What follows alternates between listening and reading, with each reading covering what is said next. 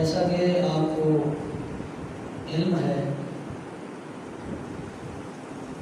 نماز محمدی کے حوالہ سے گفتگو کا آغاز ہو چکا تھا، لیکن بمناسبت سنت ابراہیم علیہ السلام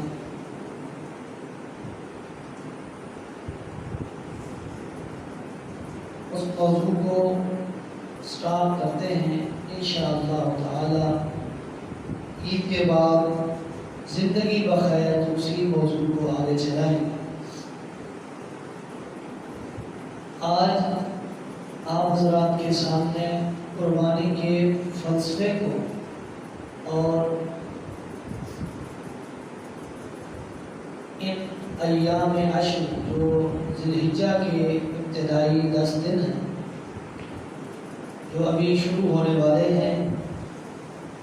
ان کی فضیلت اور اہمیت کے حوالے سے چند معروضات آپ کی ساتھ کے حوالے کروں گا۔ اللہ رب کائنات حق بیان کرنے کی توفیق دے۔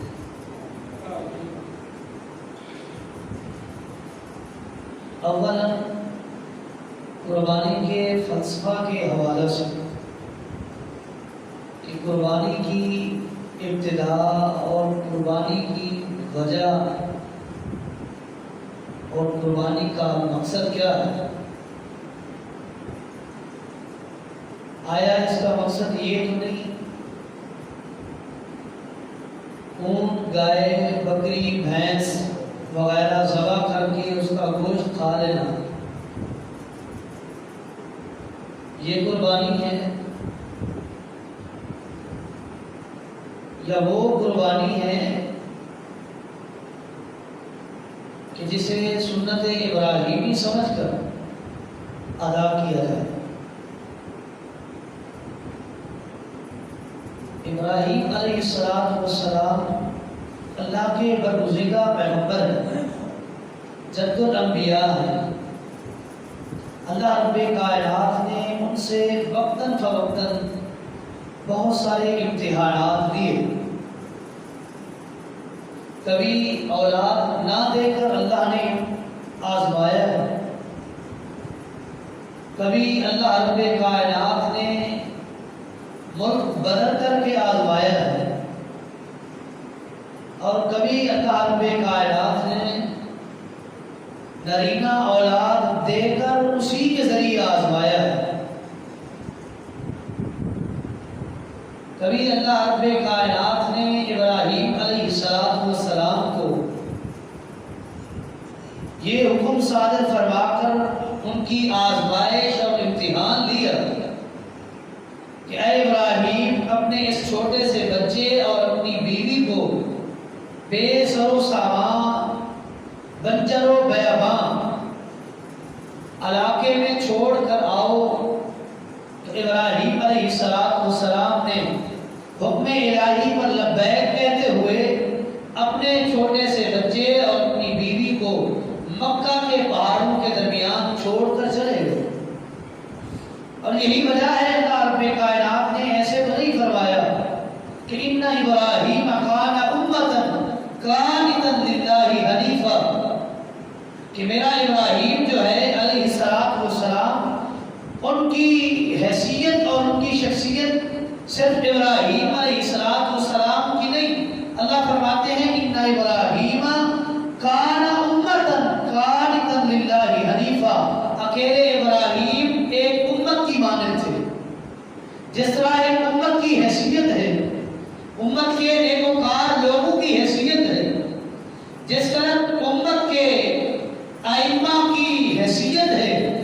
امت کے ولی اللہ کی حیثیت ہے،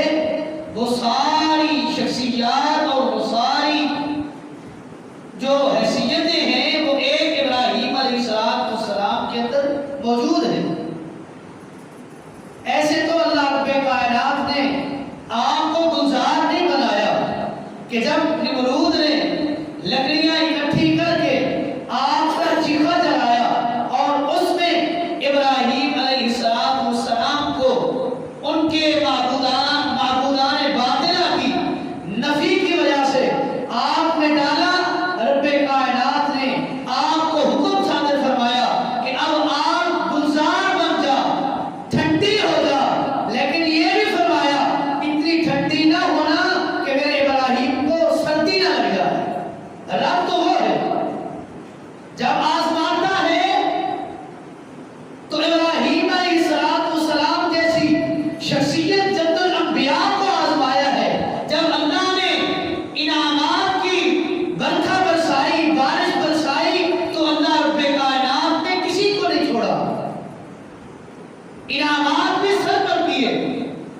انعامات کیے تو آگ گلزار بنی، آزمایا تو آگ میں ڈلوایا۔ یہ رب کائنات کی قدرت کاملہ کا ایک کرشمہ ہے، اور اللہ رب کائنات نے اس بات کو وعدے کیا ہے کہ کائنات کا ایک ایک فرد اگر کسی کو نقصان دینے پر تل جائے، نقصان نہیں دے سکتا جب تک اس کے نقصان پہ رب کائنات کا آرڈر اور حکم نہ ہوتا۔ اور پوری کائنات کا ایک ایک فرد فردن فردن کسی شخص کی فضیلت اور اہمیت اور کسی کے مقام کو بلند کرنے کے لیے تیار اور ایگری ہو جائیں، اس کی عظمت کو بلند نہیں کر سکتے، اسے نفع نہیں دے سکتے جب تک اس کے نفع میں میرے رب کا آرڈر نہ ہوگا۔ تو اللہ فرماتے ہیں انہوں نے چاہا یہی تھا کہ آگ میں ڈال کر اپنے ان معبودات کی جو نفی کرتا ہے ابراہیم علیہ السلام اس کو ختم کر دیا جائے گا، لیکن رب نے اس آگ سے ابراہیم کو محفوظ اور اس آگ کے چھونے سے باحفاظت باہر نکالا۔ کبھی رب کا حکم آیا، خواب دیکھا ابراہیم علیہ السلام نے کہ میں اپنے بیٹے کو ذبح کر رہا ہوں، تو وہ خواب اپنے بیٹے اسماعیل علیہ السلام کے سامنے رکھا، تو آگے بیٹے نے سوچنے کی اور سمجھنے کی انتظار نہیں کی۔ کیا فرمایا؟ اللہ کا قرآن اٹھائیے، اسماعیل علیہ السلام کے ان الفاظوں کو اللہ نے اس کتاب میں محفوظ فرمایا ہے۔ اسماعیل علیہ السلام نے اپنے بابا جان ابراہیم علیہ السلام سے فرمایا، یا ابت افعل ما تؤمر، اے ابا تو وہ کر گزر جو تجھے تیرے رب نے حکم دیا ہے، جو تجھے تیرے رب نے حکم صادر فرمایا ہے اس کو کر گزر۔ اس نقطے پر اگر غور کیا جائے تو اس اسماعیل علیہ السلام کی بصیرت اور بصارت کا اندازہ لگائیں۔ چھوٹی سی عمر ہے، کم عمر، لیکن بصیرت اور بصارت دیکھیے کہ انبیاء کا خواب نہیں، رب کی وحی ہوا کرتا ہے۔ جو نبی خواب دیکھے وہ اللہ کی وحی ہے، اور اللہ کی وحی وہ چیز ہے کہ اس پر عمل کرنا انبیاء پر بھی لازم ہے اور اس کی امت پر بھی لازم ہے۔ وحی کی اتباع کرنا، وحی کی پیروی کرنا، جو اللہ کی طرف سے آرڈر آ رہا ہے وہ قرآن کی شکل میں ہے یا محمد رسول اللہ صلی اللہ علیہ وسلم کے فرمان کی شکل میں ہے، وہ محمد رسول اللہ صلی اللہ علیہ وسلم کے لیے بھی لازمی ہے کہ اس کی اتباع کی جائے، اور آپ کی امت کے ایک ایک فرد کے لیے یہ بات لازمی اور ضروری ہے کہ اللہ کی وحی کی اتباع کی جائے، کسی اور کی پیروی اور کسی اور کی تقلید کی نفی کی جائے۔ کرنی ہے تو اللہ کی وحی کی اتباع کرنی ہے، جو اسماعیل علیہ السلام نے قربانی کے اس موضوع میں بیان کیا ہے۔ یا ابت افعل ما تؤمر، ابا وہ کام کر دے جو تیرے رب نے تجھے حکم دیا ہے۔ فرما بردار اولاد ہے، چونچ چلانے کی یہ تک نہیں کہا ابا، اتنے عرصے کی دعاؤں کے بعد میری پیدائش ہوئی، لیکن پھر بھی مجھے ذبح کرنے کے لیے اللہ کا حکم لے کے آیا، نہیں کہا۔ کیا کہا؟ ابا وہ کر گزر جو رب نے حکم دیا ہے۔ ستجدنی انشاءاللہ من الصابرین، ابا مجھے واویلا کرتے ہوئے بھی نہیں پائے گا۔ ستجدنی انشاءاللہ من الصابرین، تو پائے گا ان قریب مجھے ذبح کر جو رب نے حکم دیا ہے، مجھے صابر پائے گا، صبر کرنے والا پائے گا، میں واویلا نہیں کروں گا، شور نہیں مچاؤں گا۔ ابراہیم علیہ السلام تیار ہو گئے، اسماعیل علیہ السلام کو لیا، چھری ہاتھ میں پکڑی،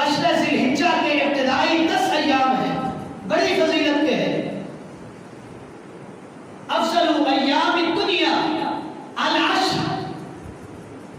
نبی علیہ السلام کا فرمان ترغیب و ترہیب کے اندر موجود کہ دنیا میں افضل ترین ایام میں سے بہترین ترین ایام یہ عشر ذی الحجہ کے پہلے 10 ایام ہیں، اور ان میں کی جانے والی نیکی سب سے افضل نیکی ہے۔ یہ ایام بھی افضل، ان میں کی جانے والی نیکی بھی افضل۔ نبی علیہ السلام سے صحابہ کرام نے پوچھ لیا، اللہ کے رسول وَلَا مِثْلَهُنَّ فِي، اس کی مثل کوئی چیز نہیں؟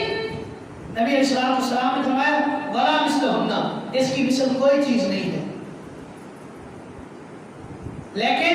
رجل افر وجهه فی التراب، وہ شخص اور اس شخص کا عمل بہتر ہے جو اپنے بینک بیلنس اور اپنی ذات کے ذریعے میدان جہاد میں کیا اور شہید ہو کر آیا ہے، وہ افضل ہے۔ اس کے علاوہ کسی کی گئی نیکی اتنی افضل نہیں ہے جو ان ایام میں کی جانے والی نیکی سے بڑھ کر ہے۔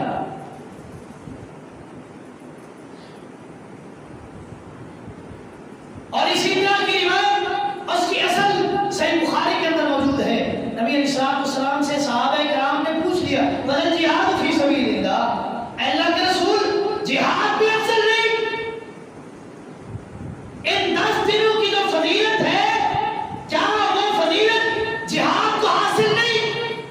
جہاد کی وہ فضیلت ہے، نبی علیہ السلام نے فرمایا جب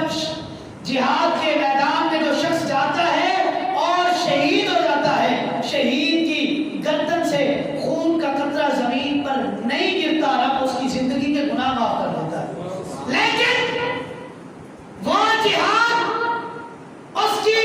اتنی فضیلت نہیں جو ان 10 دنوں کی فضیلت ہے۔ نبی علیہ السلام نے فرمایا اس جہاد کی فضیلت اس سے زیادہ ہے جو انسان بذات خود اپنے روپے پیسے کے ذریعے، اپنی مال و دولت کے ذریعے اور اپنی تلوار اور سلاح کے ذریعے خود میدان کارزار میں اترے، لڑائی کرے، جہاد کرے اور زندہ واپس نہ آئے، شہید ہو جائے، وہ شہید اور اس کا جہاد ان 10 دنوں سے افضل ہے، بلکہ کوئی عمل ان 10 دنوں کی فضیلت کا مقابلہ نہیں کر سکتا۔ صحیح بخاری کے بہت بڑے شارح کئیوں نے شرح کی، سب سے بڑی شرح حافظ ابن حجر اسقلانی رحمۃ اللہ علیہ کی فتح الباری ہے۔ فتح الباری میں حافظ ابن حجر اسقلانی رحمۃ اللہ علیہ لکھتے ہیں ان سبب فی امتیاز هذه الايام یعنی ایام العشر، ان 10 دنوں کی فضیلت اور اہمیت امتیازی طور پر کیوں بیان کی گئی ہے کہ ان کی فضیلت اور ان کی شان کا بقیہ ایام مقابلہ نہیں کر سکتے، یہ امتیاز اور یہ فرق حاصل کیوں ہے؟ حافظ ابن حجر فرماتے ہیں اس لیے ان 10 دنوں کی فضیلت ہے کہ یہ وہ 10 دن ہیں نبی علیہ السلام کی شریعت میں کی جانے والے جتنے بھی کار خیر ہیں، رب نے تمام کار خیر کو ان 10 دنوں میں جمع کر کے رکھ دیا ہے۔ ساری نیکیاں، سارے کار خیر رب نے ان 10 دنوں میں جمع کر کے رکھ دیے ہیں۔ حافظ ابن حجر فرماتے ہیں وہ کار خیر نماز کی شکل ہو تو ان 10 دنوں میں نماز پڑھی جاتی ہے، روزے کو رب نے بڑا مقام دیا ہے تو ان 10 دنوں میں 9 ذی الحجہ کا روزہ رکھنا ضروری ہے، اور روزے جیسی عمل پر بھی انسان کارمند ہو کر ان 10 دنوں میں روزہ بھی رکھ لیتا ہے۔ حج وہ حج ہے، نبی علیہ السلام فرماتے ہیں جو شخص حج کے لیے جائے، حج کر کے آئے، اگر اس کا حج مبرور ہوا تو حج کر کے ایسے واپس پلٹا جیسے ابھی اس کی ماں نے اسے جنم دیا ہے، بالکل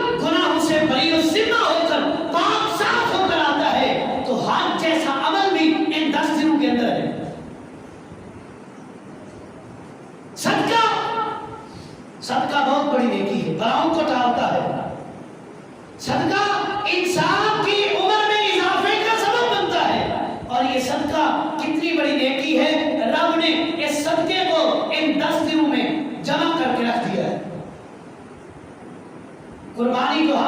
میں اور آپ کرتے ہیں، جانور ذبح کرتے ہیں، یہ میرے اور آپ کے صدقے کا پیسہ ہے جو ہم قربانی کے حصے میں ڈال کر جانور ذبح کرتے ہیں۔ تو اس صدقے جیسے عمل کو بھی رب نے ان 10 دنوں کے اندر جمع کر کے رکھ دیا ہے۔ لہذا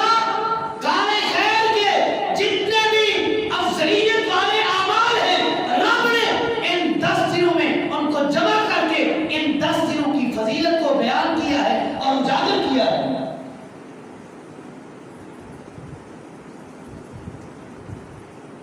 ان 10 دنوں کی بڑی ہی فضیلت ہے، اور ان کی ابتدا سے پہلے آخری بات کر کے اپنی بات ختم کرتا ہوں۔ جو شخص قربانی کی استطاعت رکھتے ہیں، جو شخص بات توجہ طلب ہے، جو شخص قربانی کی استطاعت رکھتے ہیں اور قربانی کر رہے ہیں، تو وہ ان 10 دنوں میں نہ اپنی حجامت بنوائے اور نہ ہی اپنے ناخن کاٹے۔ رسول اللہ صلی اللہ علیہ وسلم فرماتے ہیں قربانی عید کی ادائیگی کے بعد جب ان کو کاٹا جائے گا تو ان کو ایک قربانی کے برابر ثواب ہوگا۔ اور حسن درجے کی روایت، جن لوگوں کی استطاعت نہیں، قربانی کا حصہ نہیں رکھ سکتے،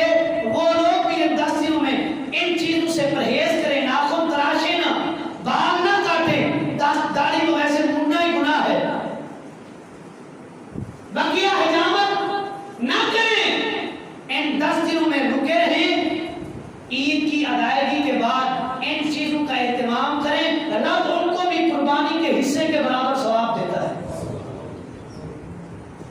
لیکن اس کے برعکس رسول اللہ صلی اللہ علیہ وسلم کا فرمان، آپ کی تنبیہ ہے، تنبیہ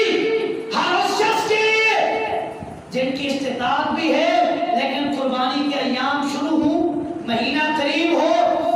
ٹیلی فون ہی ختم نہیں ہوتے، جی میرے مجھ پر بڑا قرضہ ہے، میں قربانی کی استطاعت نہیں رکھتا، یہ ہے فلاں ہے، میں حصہ نہیں رکھ سکتا۔ جو با حیثیت لوگ ہیں، قربانی کی طاقت رکھتے ہیں، پھر بھی قربانی کا حصہ نہیں رکھتے، رسول اللہ صلی اللہ علیہ وسلم نے فرمایا ایسے لوگوں کے لیے ضروری ہے کہ وہ ہماری عیدگاہ میں ملا، عید بھی ادا نہ کریں، جن کی طاقت ہے، استطاعت ہے، باوجود استطاعت کے قربانی نہیں کرتا، وہ ہماری عیدگاہ میں ملا۔ رسول اللہ صلی اللہ علیہ وسلم کا آرڈر ہے۔ ایک اور سوال ہوتا ہے کہ قربانی کا حصہ رکھنے کے لیے قرض لے لیں، اس شخص کے لیے قرض لینا لے کر وہ شخص قربانی کر سکتا ہے جس کو پتا ہے کہ تھوڑے ہی ایام کے لیے میں قرضہ لے رہا ہوں، اس کے بعد میری انکم آ جائے گی، جس ذریعے سے بھی اس کی ذریعہ آمدنی ہے ابھی میرے پاس نہیں ہے، تو بعد میں آ کر میں اپنے اس قرض کو اتار سکتا ہوں، تو وہ شخص قرضہ اٹھا کر قربانی کرے۔ جس کے پاس پہلے بھی پیسے نہیں ہیں، پہلے بھی مقروض ہے، تو اس کے لیے لازم نہیں کہ وہ قربانی کے لیے قرضہ اٹھا کر قربانی کا حصہ رکھے۔ اللہ رب کائنات سے دعا ہے اللہ رب کائنات قرآن و حدیث پر عمل پیرا ہونے کی توفیق دے۔ هذا ما عندي والله اعلم بالصواب وما توفيقي الا بالله۔